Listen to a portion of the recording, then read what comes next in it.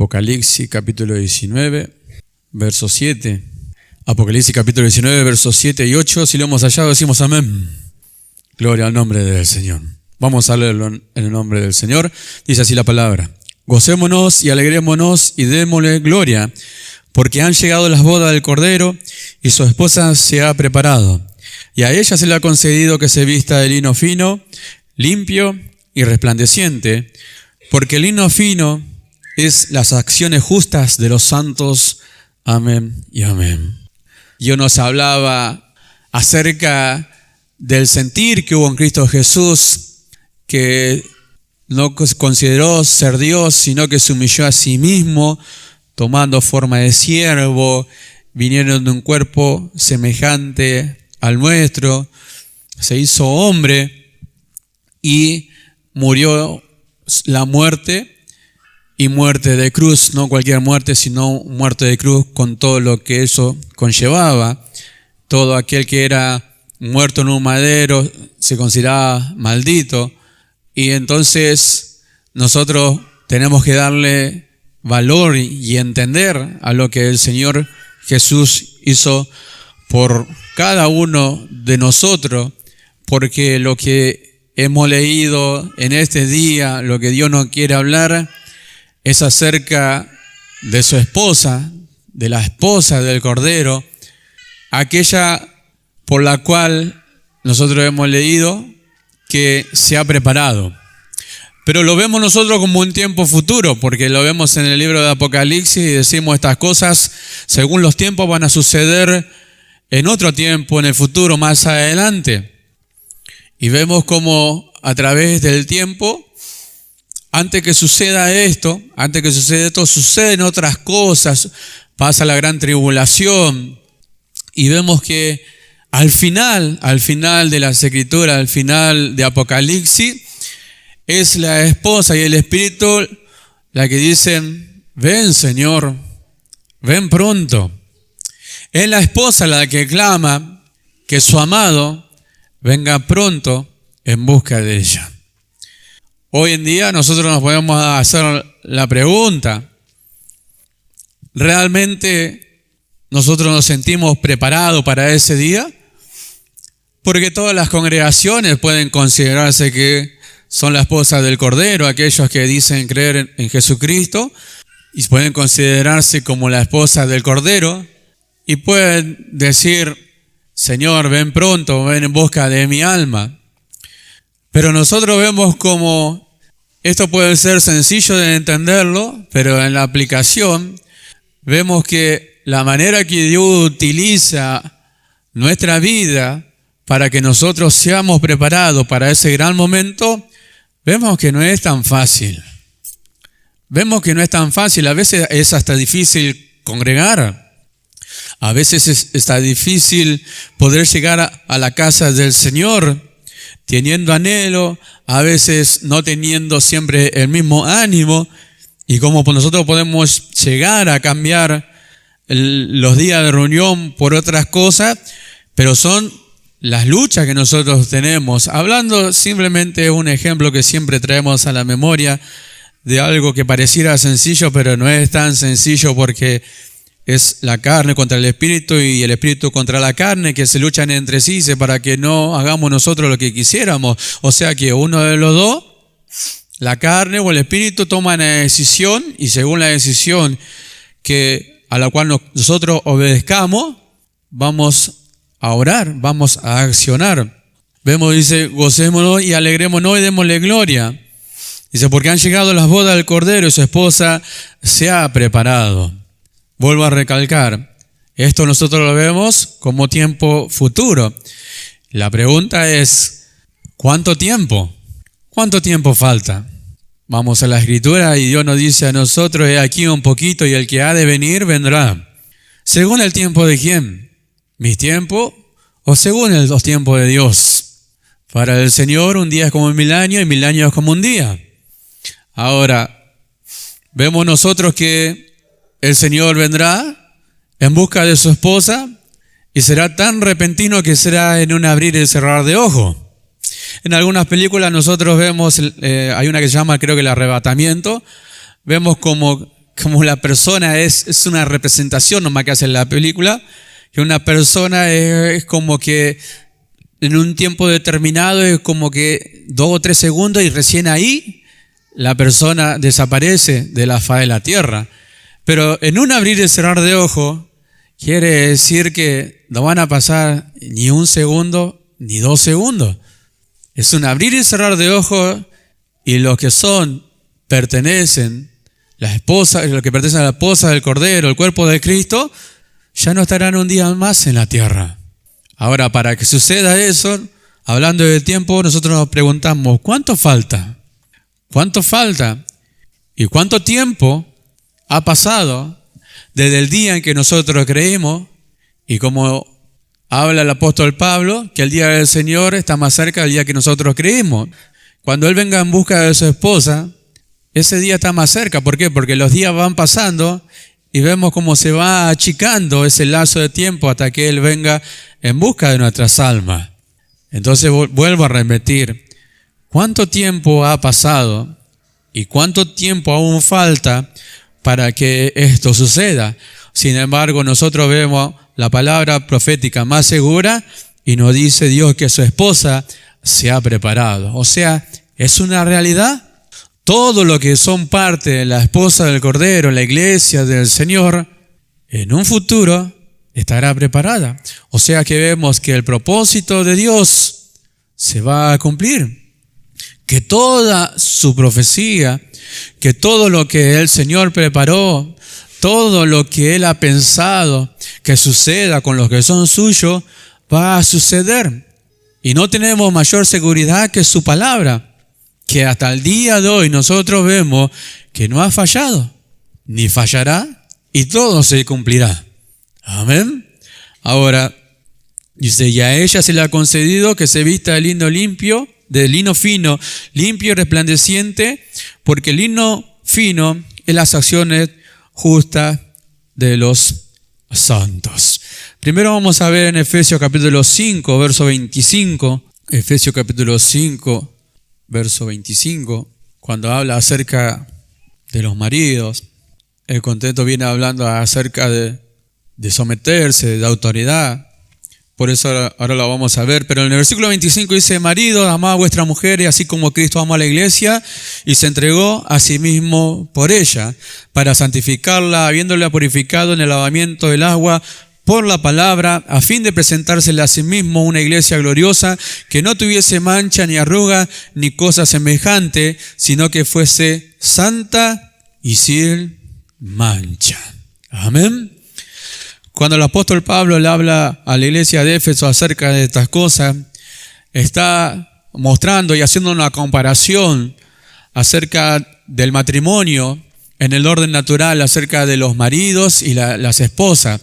Si bien habla acerca de lo que es Cristo la cabeza de la iglesia, Cristo cabeza del hombre, y vemos como el apóstol Pablo quiere hacer una comparación acerca de lo que sucede en el matrimonio, en la unión entre un hombre o un creyente y su esposa, lo que sucede en esa unión cuando habla acerca de matrimonio, cuando habla acerca de que los que se casan, se lo hacen por un motivo, y es que se aman. Yo no conozco a ninguna persona, por lo menos en mi conocimiento que tengo, que se haya casado por obligación y que no ame a la persona con la cual se quiera casar, sino que dos personas que se aman mutuamente anhelan casarse, y es lo que Dios estableció.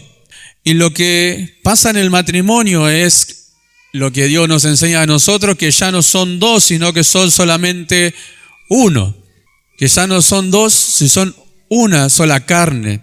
O sea que no es simplemente casarse, estar juntos, sino dice que ya no serán dos, sino que serán uno solo delante de Dios. Entonces sucede algo que el apóstol Pablo habla acerca con un misterio, pero para nosotros, que no lo quiero decir ahora, pero sucede que cuando nosotros somos pareja, tenemos nuestra esposa y las esposas tienen a su marido, en esa unión de relación ya dejan de ser dos, sino que son solamente uno. Y un matrimonio está basado en el amor, en la confianza, en la fidelidad, en la comunión el uno con el otro. Cuando no hay estas cosas, generalmente todo, como hoy en día vemos los matrimonios, lo que está sucediendo en el mundo, cuando no hay amor, cuando se pierde el cariño, cuando se pierde la comunión, el hablar el uno con el otro, cuando no se empiezan a comprender, cuando no hay fidelidad, los matrimonios se terminan separando. Los matrimonios se terminan separando. Entonces van y después buscan otra pareja y vemos y conocemos muchos casos que hay veces que otra pareja y después otra pareja. Pero esto no va a suceder así con la iglesia del Señor. Esto no va a suceder así con la esposa del Cordero y con su amado. Porque hemos visto, y Dios nos muestra, que Él, siendo el Cordero, destinado desde antes de la fundación del mundo para morir por toda la humanidad, nosotros lo vemos, o Dios nos muestra más profundo y nos dice a nosotros que en su sacrificio Él murió por su esposa. Que de la eternidad Él amó de tal manera que vino y entregó su vida por su esposa, por la que nosotros hemos leído en el libro de Apocalipsis, se va a unir eternamente con Él. Entonces dice, como Cristo amó a la iglesia y se entregó a sí mismo por ella, con un propósito. ¿Para qué? Para santificarla, habiéndola purificado en el lavamiento del agua por la palabra, y esto es muy importante, dice, por el lavamiento del agua, por la palabra, no habla del agua líquida, sino de la palabra. Amén. Entonces, el propósito por la cual Cristo murió es también por su iglesia, por todos los redimidos, para santificarla. Y esto es, nos separó, todos los que hemos sido elegidos, todos los que hemos sido llamados, hemos sido separados para santificación. Por eso es que sí, nosotros hemos aprendido, santos, justos y perfectos, somos santos, una nueva posición en Cristo Jesús, pero dice, para una santificación progresiva, para que nosotros nos encontremos en aquel día, allí, siendo la esposa del Cordero, que también un preparado, una preparada para unirme con mi Señor en aquel día futuro. Entonces, separado, tomado, con un propósito específico. ¿Para qué? Para santificarla completamente, no a medias. Y cuando hablamos de santificar, estamos hablando de separación. Y cuando hablamos de separación, no hablamos solamente de un estado, sino que realmente nos llamó, nos tomó, nos separó, pero para separarnos de todo aquello que no es de Dios, de todo aquello que no pertenece a Dios, que no conviene, que no es lícito, que no es provechoso para mí. Entonces decimos, estamos en el mundo, pero no somos del mundo. Estamos en un cuerpo de carne, pero realmente somos una nueva creación. Tenemos el Espíritu Santo de Dios, somos personas espirituales. Y estando en este cuerpo de carne, estando en este mundo, lo que Dios está haciendo es separarnos de todo lo que es terrenal, de todo lo que a nosotros no nos conviene, y nos está enseñando a través de su palabra. ¿Por qué otro no lo puede hacer? ¿Por qué otro que nosotros venimos hablando, o Dios nos viene hablando acerca de que a otro no tomó, otro no puede tener esta clase de conducta, otro no puede ser conformado a la imagen de Cristo, otro no tiene la enseñanza para llevar esta vida santa delante del Señor? Simplemente es porque no tiene esta clase de enseñanza. Dios no se las reveló. Y porque Dios sí se plació con nosotros. Porque sí, conmigo sí, y con otro no. Pero eso para que nosotros le demos gloria a Él, para que en el día también nosotros podamos alegrarnos y gozarnos delante de su presencia, como hemos leído. Porque desde el día en que nosotros creímos, si nosotros nos examinamos a nosotros mismos, desde el día que nosotros creímos, cuántas cosas nosotros hemos dejado de hacer que antes hacíamos cuando vivíamos en nuestro tiempo alejado de Dios, separados de Él, como hombres naturales, como personas esclavas del pecado, del diablo. Cuántas cosas el pecado nos llevaba a hacer y hoy en día ya no. Entonces vemos el cumplimiento de la palabra del Señor en nuestra vida, sí. A todos los que fueron llamados, a todos los que Él santificó, nos llamó para santificarnos. Por eso nosotros después vamos a ver un pasaje donde dice, el que es santo, santifíquese más. Entonces en posición somos santos. Pero ¿qué es lo que quiere Dios hacer? Quiere llevar a cabo su propósito en los que son de Él. Y lo tremendo es que Dios tiene su forma.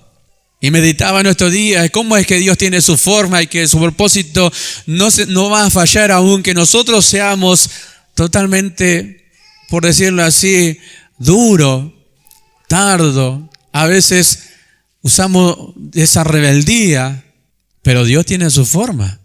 Así como el padre tiene su forma para educar a sus hijos y tratar de toda la forma de corregirlo, Dios no es hombre, sino que Él sabe corregir a sus hijos. Y si nos tiene que hacer pasar por un momento extremos, nos va a hacer pasar por momentos extremos para que nosotros le reconozcamos como nuestro Dios, como nuestro Salvador, y así de esa manera nos vamos a corregir. Muchas veces nosotros no queremos que sucedan cosas que nos lleven o que lleguen hasta ese límite, pero vemos que Dios en su disciplina, al que es su hijo, al que ama, azota y castiga. ¿Por qué? Porque es su hijo. Y todos los que son de Él, aunque tengan que pasar por ese proceso, y vamos a pasar por ese proceso, y hemos pasado por ese proceso, vamos a llegar a aquel día en que vamos a estar preparados para recibir a nuestro Señor.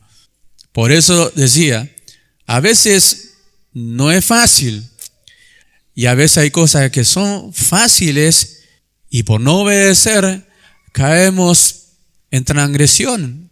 Cometemos errores que no son de agrado delante de la presencia del Señor.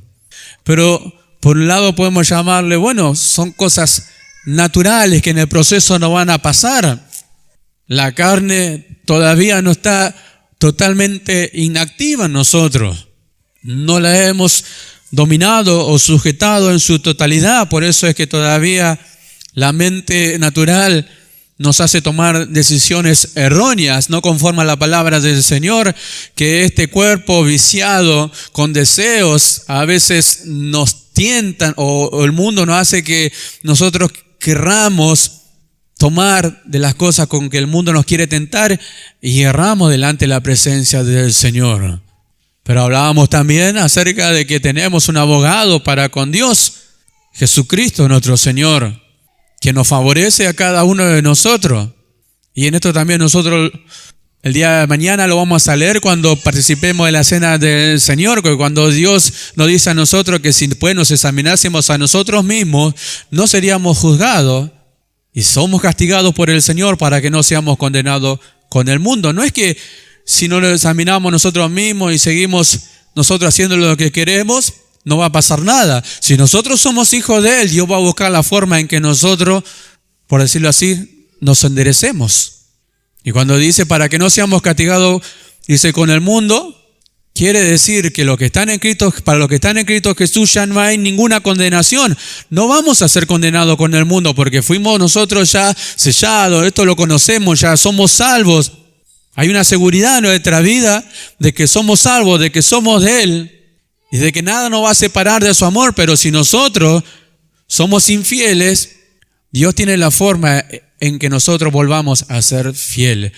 Pero si nosotros persistimos con nuestros pensamientos, si nosotros persistimos con nuestra manera de pensar, y a veces minimizamos las cosas porque a veces no sucede nada malo, no querramos también que Dios nos castigue de alguna forma en que a nosotros no nos guste nada. A veces a nuestros hijos le aconsejamos para qué, para que no cometan el error que nosotros cometimos cuando pasamos también por esa situación. Y quizás a nosotros que pasamos por esa situación, nuestros padres también nos aconsejaron a nosotros para que no nos sucediera, y nosotros, siendo rebeldes, fuimos y hicimos nosotros lo que quisimos y también sufrimos consecuencias a causa de nuestra rebeldía, de nuestro error. Y Dios, que es nuestro Padre Celestial, Dios que conoce nuestro corazón, que conoce nuestra vida, Él sabe cómo tratarnos. Él sabe cómo tratarnos. Nosotros hemos cantado en el día de hoy también, en tus manos me tienes. Y Él es el alfarero que ha tomado nuestra vida en sus manos y nos quiere moldear a la imagen de su Hijo Jesucristo. Y nosotros fuimos entregados a esta forma de doctrina donde el molde ya está, que es Jesucristo nuestro Señor.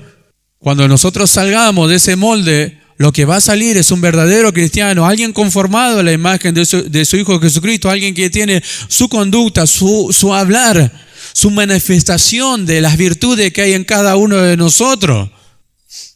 Y Dios sabe cómo hacerlo. Dios sabe cómo hacerlo. Y le tenemos que dar gracias al Señor, que no es nuestra manera, sino como Él quiere. Sino como Él quiere y no como nosotros queremos. Amén, amados hermanos, ¿cuánto damos gloria a Dios? Entonces, si un matrimonio está basado en la confianza, está basado en la comunión, está basado en la fidelidad, y el matrimonio es en una unidad, son uno, nosotros en Cristo Jesús somos uno con Él y somos unos todos los que pertenecemos al cuerpo de nuestro Señor Jesucristo. Jesús, cuando oró por sus discípulos al Padre para que el Padre los guardara, y hablando de estas cosas, dice, para que sean uno, así como tú y yo somos uno, ellos también sean uno en ti y en mí. Una unidad. Una cabeza, Cristo, la iglesia. Cabeza de la iglesia, cabeza del cuerpo. Y todos los demás nosotros miembros del cuerpo del Señor Jesucristo, pero somos uno en Él. Tenemos un solo Dios, un solo Señor, una sola fe, un solo bautismo. Y todos somos uno en el Señor. Somos aquellos que pertenecen a su cuerpo. Somos diferentes miembros, cada uno con su don que Dios le ha dado, pero todos somos uno. Entonces, siendo nosotros uno en el Señor, somos todos los que Dios está preparando para ser la esposa del Cordero. Volvemos a Apocalipsis y leemos. Y a ella se le ha concedido que se vista de lino fino. Esto es un simbolismo o una representación. Dice, son las acciones justas de los santos. El lino fino, su vestidura, la que está ataviada a la esposa del Cordero. Entonces, hablamos de cosas.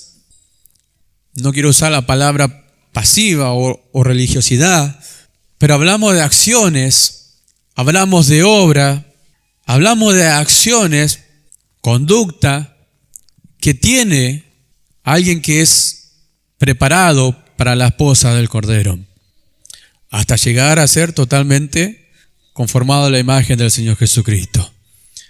Entonces, las vestiduras le podemos llamar de esta manera, son las acciones manifiestas exteriores, que son la evidencia de ese poder que actúa interiormente en aquellos que son de Dios. Porque el Espíritu Santo que mora en cada uno de nosotros, aunque no se ve, está y mora en cada uno de nosotros. Pero ahora, ¿qué es lo que está haciendo? Tiene su actividad dentro de cada uno de nosotros que no cesa. Aun cuando nosotros dormimos, el Espíritu Santo está activo en cada uno de nosotros. Él no duerme. Pero cuando a nosotros estamos despiertos, cuando tenemos actividad en este cuerpo, todo lo que pertenece a Dios, todo lo que está dentro de cada uno de nosotros, es lo que Dios quiere manifestar, conforme a la medida de crecimiento que Dios nos ha dado a cada uno de nosotros, y de ahí ir avanzando más y más, conquistando cosas, virtudes, cualidades que nosotros poseemos. Y eso es mi examen propio. Eso es mirarme interiormente. Eso es examinarme a mí mismo. ¿Quién soy? ¿Qué es lo que he alcanzado? ¿Qué es lo que anhelo? ¿Qué es lo que deseo? ¿Qué es lo que quiero ser en el Señor? ¿Qué es lo que Dios me ha dado? No todos son ojos, no todos son pies, no todos son orejas, no todos son boca. Pero ¿qué es lo que yo descubro que lo que Dios me ha dado y qué es lo que Dios quiere hacer de mí? ¿Qué es lo que quiero? ¿Qué es lo que anhelo? ¿Qué es lo que siento? Si tengo el Espíritu Santo, lo tengo que sentir y se tiene que manifestar. Quiero ser un siervo del Señor, quiero ser un diácono, quiero ser un obrero, quiero tener actividad, o solamente quiero ser alguien que congregue y ya. ¿Qué es lo que siento? ¿Qué es lo que anhelo en mi vida? Quizás no sea la persona que Dios eligió para enseñar a otro, pero hemos oído cuando Dios nos enseñó acerca de las diferentes manifestaciones que tiene cada miembro, de los que sirven, los que presiden, los que son misericordiosos, los que enseñan. Ahora, ¿qué es lo que yo siento que Dios me ha dado? Para servirle a Él, para servirle en gratitud, como Dios nos habló el día sábado pasado. ¿Qué es lo que Dios me dio a mí para que yo sea fiel a Él? Para que en gratitud, unido a Él, Él haga en mí lo que a Él le agrada. Porque la obra es de Él, por Él y para Él. Él es en mí y yo ya no vivo más. Y cuando las Escrituras nos dicen que nosotros ya no vivimos más, ¿por qué? Porque con Cristo estábamos, dice, juntamente crucificados, estamos muertos. Ahora sí, seguimos estando en este cuerpo de carne.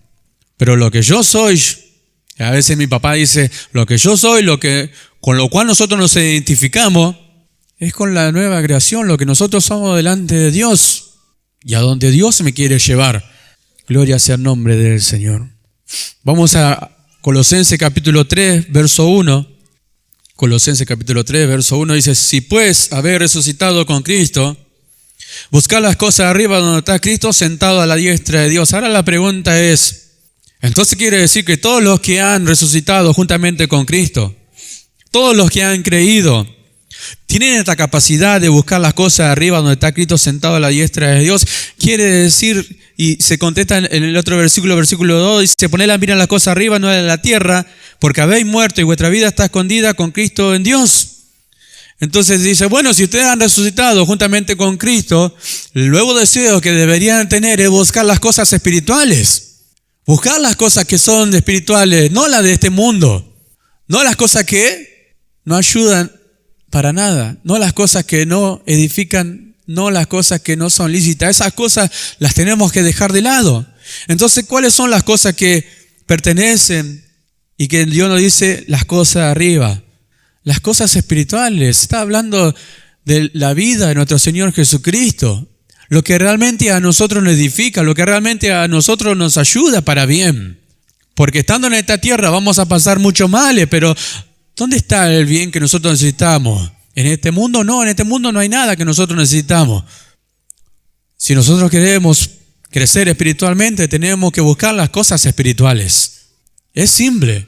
¿Queremos crecer espiritualmente? Bueno, necesito ¿qué? El alimento espiritual. No puedo buscar las cosas naturales para crecer espiritualmente. Eso jamás va a suceder. Es más, alguien que ha nacido de nuevo empieza con el deseo de ¿qué? De la leche espiritual no adulterada y luego quiere el alimento sólido. ¿Por qué? Porque va creciendo, no desecha nada de lo que Dios le va dando y a medida que va creciendo va recibiendo lo necesario para el propio crecimiento. Entonces el deseo que tiene aquel que ha nacido de nuevo, que ha resucitado juntamente con Cristo, que es miembro del cuerpo de Cristo, es buscar las cosas espirituales. Dice, porque habéis muerto y vuestra vida está escondida con Cristo en Dios. ¿Es ahí donde está nuestra vida? Sí. Cuando Cristo vuestra vida se manifieste, entonces vosotros también seréis manifestados con Él en gloria. Seguimos en el versículo 5. Haced morir pueblo terrenal en vosotros, fornicación, impureza, pasiones desordenadas, malos deseos y avaricia, que es idolatría, cosas por las cuales la ira de Dios viene sobre los hijos de desobediencia, en el cual vosotros también anduviste en otro tiempo cuando vivías en ella. Pero ahora dejad también vosotros todas estas cosas, ira, enojo, malicia, blasfemia, palabra deshonesta de vuestra boca. No mintáis los unos a los otros, habiéndonos despojado el viejo hombre con sus hechos. Hacen una enumeración de todas las cosas que pertenecen a la carne, que son manifestación de la carne, obras de la carne. Ahora, ¿por qué hace esta enumeración?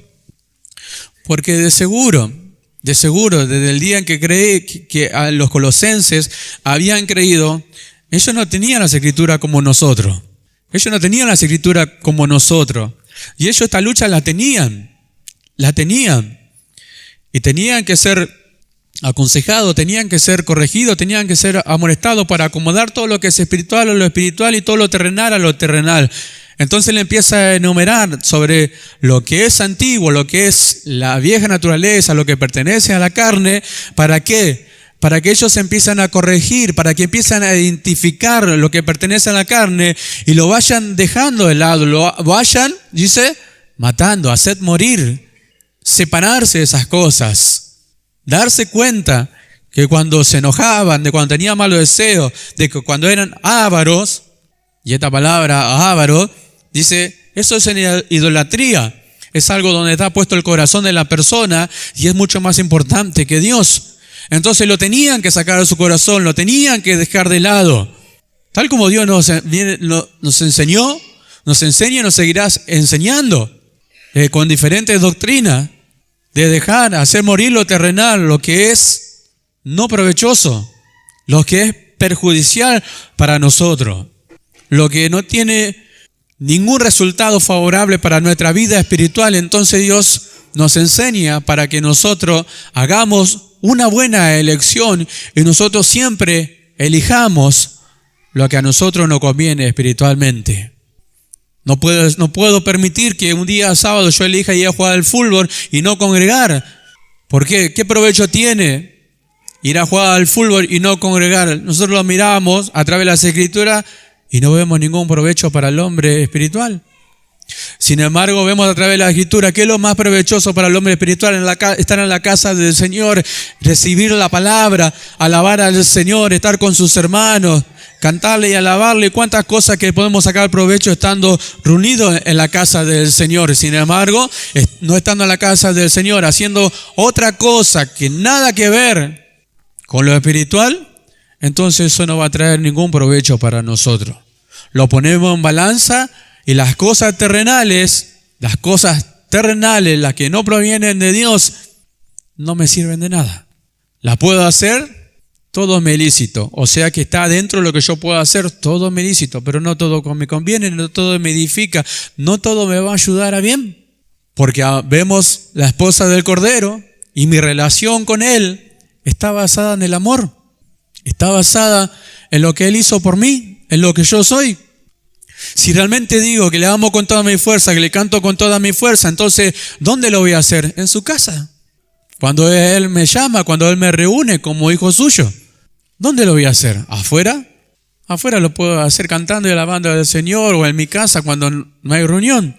Pero mientras Él haya establecido día para congregarme delante de su presencia, mi Padre dice, ¿a dónde quiere estar el hombre nuevo? ¿A dónde quiere estar el hombre espiritual? ¿Cuál es su deseo? ¿Estar afuera o estar en la casa del Padre? Estar en la casa de Dios, lugar que Él ha establecido. Entonces la pregunta que nos hacemos nosotros, cuando congregamos, ¿lo hacemos por obligación o lo hacemos por amor? ¿Qué le debo yo al Señor? Porque Él nos ha dado una casa para que nosotros nos congreguemos. Qué feo debe ser no estar en un lugar donde no haya libertad de congregarse, donde esté prohibido congregarse, donde, como sucede en Corea del Norte, donde condenaron a un niño de 2 años, lo condenaron porque portaba una Biblia, donde no está permitido el Evangelio, un niño de 2 años ya condenado. Sin embargo, nosotros tenemos la libertad que Dios nos ha dado para estar en su casa, donde nosotros nos preguntamos, ¿y quién tiene que estar al cuidado de su casa? Nosotros decimos, nosotros. Pero no es el tema, sino lo que nosotros sentimos hacia Él, sino lo que nosotros anhelamos y queremos, que ese a veces sentir no se ha formado. Pero lo que tenemos que hacer es buscarlo, no encerrarnos en nuestro pensamiento. Volvemos, dice, no mintáis a los unos a los otros, versículo 9, habiéndolo despojado del viejo hombre con sus hechos y revestido del nuevo, el cual conforme a la imagen del que lo creó, se va renovando hasta el conocimiento pleno. Bueno, tenemos una vestidura nueva, que es la del nuevo hombre, la nueva creación. Dice, conforme a la imagen del que lo creó, que esto es Dios, se va renovando hasta el conocimiento pleno, donde no hay griego, no hay judío, circuncisión ni incircuncisión, o sea, no hay gentil ni judío, bárbaro ni escita, siervo ni libre, sino que Cristo, Él es todo y en todo, vestido pues como escogido de Dios, santo y amado, extrañable en misericordia, de benignidad, de humildad, de mansedumbre, de paciencia, soportándonos uno a otro y perdonándonos uno a otro, si alguno tuviere queja contra otro, de la manera que Cristo perdonó, así también hacerlo vosotros. Y sobre todas estas cosas vestido de amor, que es el vínculo perfecto. Amén. Ahora, ¿cuáles son las vestiduras de la esposa del Cordero con la cual está ataviada? La que se ha preparado para el día glorioso. Bueno, son las acciones justas de los santos.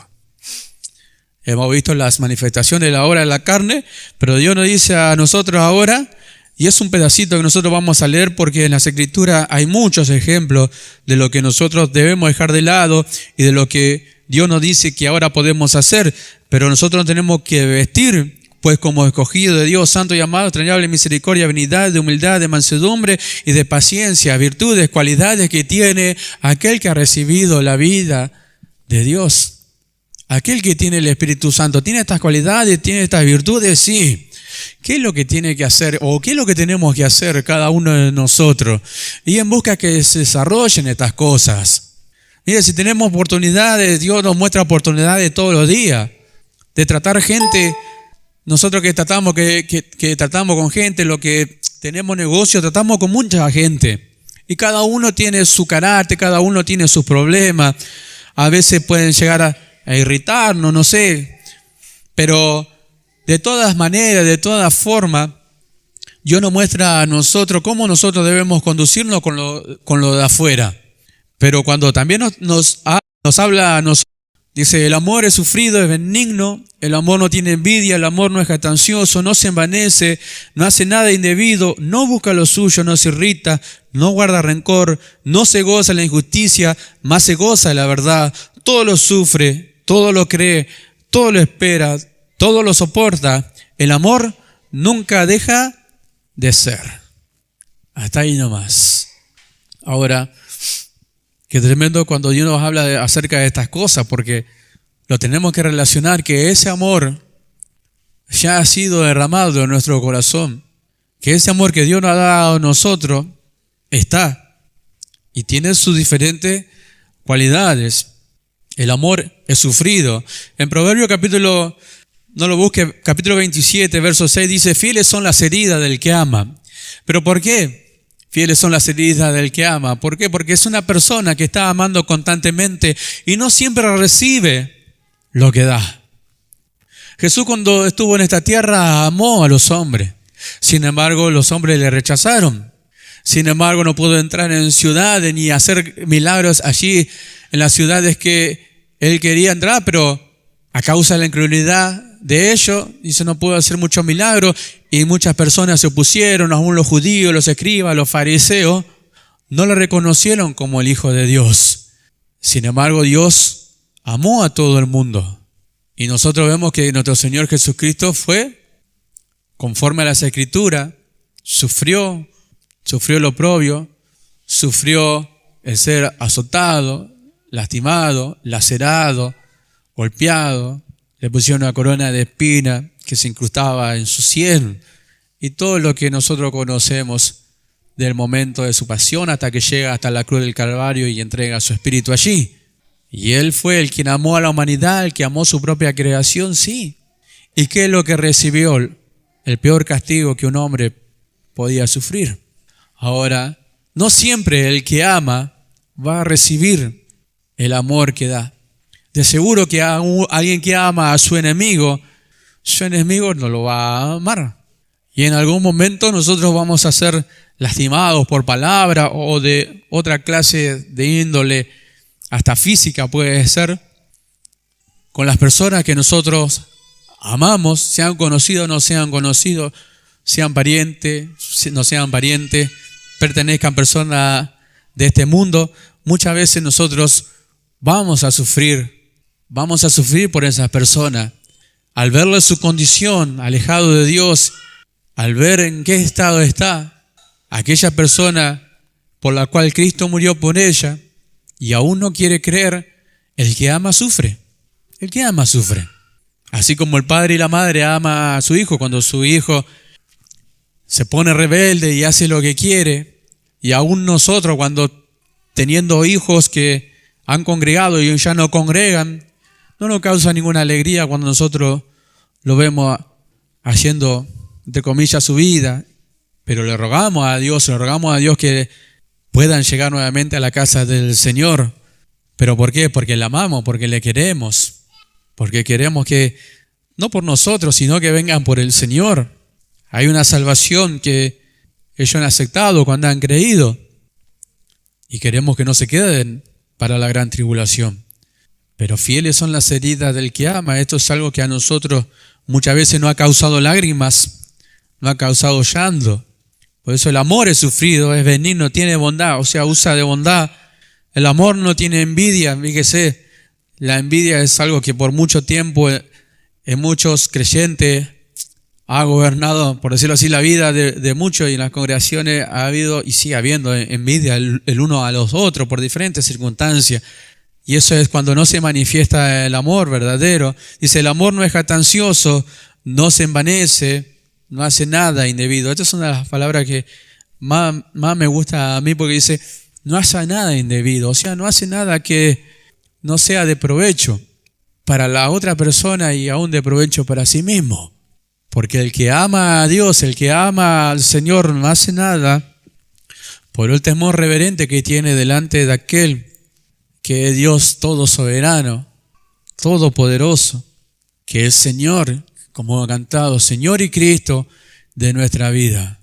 Entonces nuestra ocupación, nuestra tarea es vivir en este mundo santa, justa y piadosamente, con ese temor reverente, cuidando la salvación con ese temor reverente delante de la presencia del Señor, para no hacer nada indebido. ¿Por qué?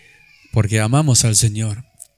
Entonces aquel que ama a su Señor también ama a sus hermanos. Nosotros somos engendrados por Dios y le amamos a Dios, pero también amamos a todos los que han sido engendrados por Él, que son nuestros hermanos. Por eso Dios nos hablaba el día domingo acerca de que no abandonemos a nuestros hermanos. Si realmente los amamos, no lo abandonemos, porque no es lo mismo. Si a mí me puede dar lo mismo, es otra cosa, pero para otros no le puede dar lo mismo, ni para Dios le da lo mismo. Hay resultados que nosotros no vemos. Para nosotros puede ser de gran aliento ver a otros hermanos y tal vez que abrazarlo, decirle algunas palabras de aliento para él, no sabemos lo que puede suceder. Pero a mí me gustaría que el día que yo venga, que un hermano me aliente, que un portero o algún hermano me abrace y me aliente, eso sería algo hermoso, que es lo que yo necesitaría, que sé que en Dios va a traer buen resultado. Entonces, no hacer nada indebido conlleva muchas situaciones que las podríamos enumerar, pero no da el tiempo. No busca lo suyo, no se irrita, no guarda rencor. No se goza en la injusticia, mas se goza en la verdad. Todo lo sufre, todo lo cree, todo lo espera, todo lo soporta. El amor nunca deja de ser. Ahora, ¿cuáles son las vestiduras de la esposa del Cordero? Las acciones justas y todo lo que hemos leído, lo que Dios nos ha mostrado, son acciones justas de alguien que verdaderamente manifiesta el amor de Dios. No hay injusticia ninguna de todas estas cualidades que nosotros hemos leído. Todo lo que Dios nos viene enseñando, nos viene mostrando, de todo lo que pertenece al hombre nuevo, todo lo que es espiritual, las virtudes, las cualidades que traen a nosotros a desarrollarse, en ninguna de ellas hay injusticia. Al contrario, todas son justas, no hay injusticia, todas son buenas, no hay maldad, todas son provechosas, ninguna vana. Entonces, la vestidura, la manifestación, el símbolo, la comparación de lo cual aquella vestidura que tiene la esposa del Cordero, lino, limpio, resplandeciente, son estas, y hay mucho más que Dios nos enseñó, nos seguirá enseñando a través de su palabra, para nosotros y para todo aquel que esté delante de nosotros. Ahora, para ir redondeando, ¿cuánto tiempo nosotros tenemos? ¿Cuánto tiempo nosotros creemos que quede para que nosotros desarrollemos todas estas cosas? Para que nosotros podamos vivir todas estas cosas. Porque yo digo, sí, yo soy la esposa, pertenezco a la esposa del Cordero, pero de cuántas cosas que yo o Dios me ha mostrado que todavía no encajan en mi vida, que todavía no se han desarrollado en mi vida. Porque no lo puedo sufrir todo, todavía no alcanzo a sufrirlo todo. Todavía no tengo ese crecimiento para sufrirlo todo. Todavía no tengo esa confianza para quererlo todo. Todavía hay cosas que no puedo soportar. Todavía tengo pensamientos que pertenecen al viejo hombre y todavía no los puedo derribar. Pero entonces Dios nos dice a nosotros que redimamos el tiempo. Yo sé que hay un precio por pagar, por eso la palabra redimir es comprar con un precio. Y no es fácil porque estamos en un cuerpo de carne que se revela a todas estas cosas, se revela a la manifestación del Espíritu, se revela que nosotros amemos, que soportemos, se revela que nosotros confiemos en Dios, se revela que nosotros no haga algo malo y que nosotros tengamos que sufrir el agravio. La mente humana tiene su actividad y no es para nosotros ninguna cosa extraña hasta el día de hoy. Ya no es cosa extraña. La mente tiene su actividad, va en contra de la voluntad de Dios, no se sujeta a la palabra de Dios, no puede sujetarse, entonces totalmente rebelde a la voluntad de Dios. Pero yo quiero ser aquella que pertenece a la esposa del Cordero, quiero ser esa persona, aquel creyente que pertenece a la esposa del Cordero y quiero ser uno de los que hoy pueda decir, sí, Señor, ven pronto, ven en busca de mi alma. Pero realmente, ¿cuánto he crecido? ¿Cuánto he aprendido? ¿Cuánta de todo lo que Dios me ha enseñado hasta aquí, no solo de hoy, sino todos los días de nuestra vida, nosotros hemos alcanzado? De no afanarme por el día de mañana, de ser participativo, de cómo ocuparme no solo de mí, sino también de mis hermanos, de la casa del Señor, porque es su casa. Y si es su casa, cuando yo vengo a la casa del Señor, es mi casa también. De cuántas cosas en agradecimiento nosotros podemos darle al Señor, porque eso también es justo, ¿o no? ¿No es justo eso? Nosotros cuando oramos decimos algo que yo también a veces digo, Señor, te damos un poco de lo mucho que tú nos das. ¿Y cuándo le vamos a dar mucho de todo lo mucho que Dios nos da? Si Dios nos da mucho, debe ser por algo, ¿verdad? ¿Y no es justo eso? Lo que Dios demanda de nosotros, ¿no es justo? Sí, es justo. Bueno, es una acción justa delante de Él. Darle a Él lo que a Él le corresponde. Entonces no busca lo suyo. No hay injusticia en el amor de Dios. No hay injusticias en las acciones que son conforme a la voluntad de Dios. Y que podemos enumerar muchísimas,